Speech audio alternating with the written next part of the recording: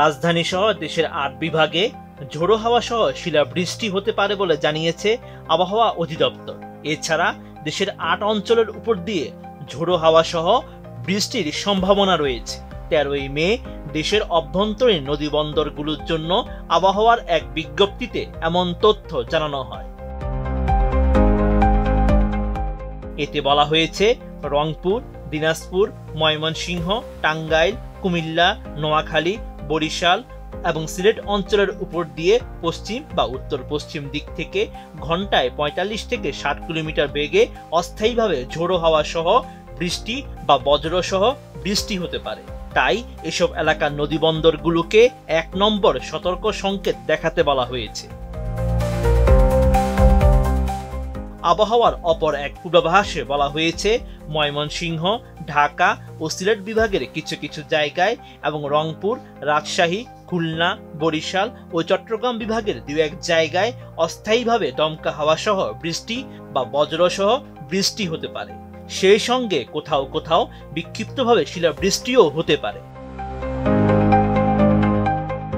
আবহাওয়ার আগামী ৭২ ঘন্টার এক পূর্বাভাসে বলা হয়েছে, পশ্চিমা লঘুচাপের বর্ধিতাংশ বাংলাদেশের দক্ষিণ পশ্চিমাঞ্চল হয়ে পশ্চিমবঙ্গ থেকে উত্তর বঙ্গোপসাগর পর্যন্ত বিস্তৃত রয়েছে। এর প্রভাবে ১৪ই মে বুধবার সকাল ৯টা থেকে পরবর্তী ২৪ ঘন্টায় ময়মনসিংহ ও সিলেট বিভাগের কিছু কিছু জায়গায় এবং রাজশাহী, রংপুর, ঢাকা ও চট্টগ্রাম বিভাগের ২-১ জায়গায় অস্থায়ীভাবে দমকা হাওয়া সহ বৃষ্টি বা বজ্র সহ বৃষ্টি হতে পারে।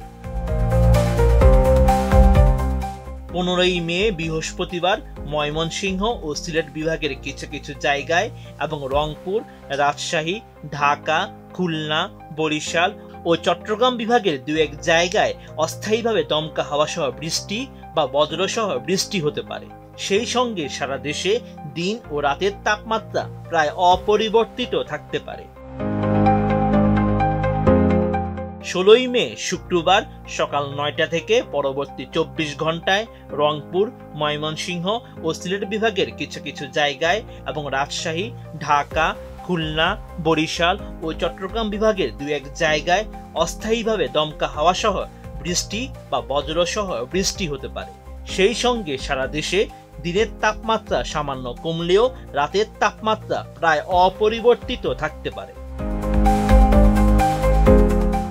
Sheikh Farid, ATN news.